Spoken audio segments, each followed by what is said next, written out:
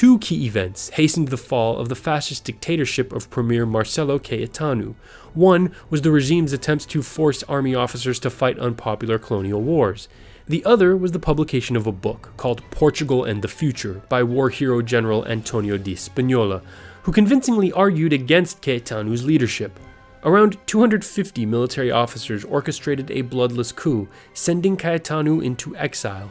Some Portuguese demonstrated by placing carnations in soldiers' guns. Rival political groups tried to fill the power vacuum, propelling the country through a series of dramatic shifts in leadership. But the people were determined to shape their future, and in 1975, an election for the National Assembly drew 92% of eligible voters to the polls, a record in the history of Western Europe. The colonial occupations ended, and by the end of the 20th century, with the military withdrawn from politics, Portugal's system of democracy had become solidified.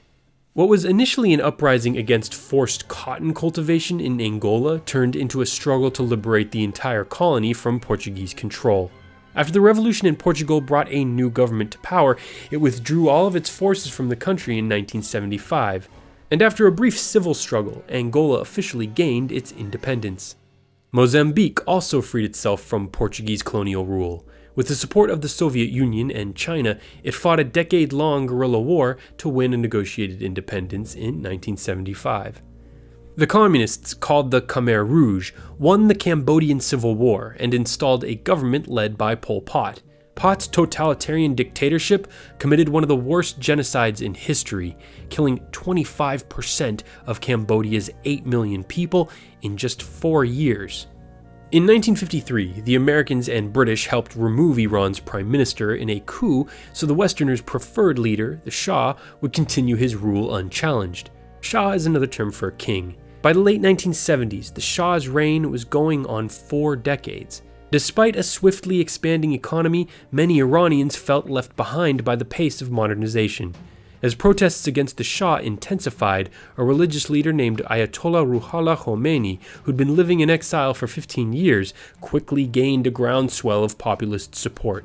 When the government resorted to violence against the uprising, it became clear the regime had lost its credibility, and the Shah fled the country. Khomeini returned to Tehran and was greeted by more than 1 million supporters in the capital. In a rejection of Western values, Iran became an Islamic Republic and Khomeini its first supreme leader. The Somoza family's dynasty in Nicaragua lasted for 43 years until the Sandinista National Liberation Front mounted a sustained, years-long insurgency that brought it down in July 1979. But the real battle was just beginning, as the Sandinista government, backed by the Soviet Union, fought an 8-year civil war with the Contras, a military group funded by the United States.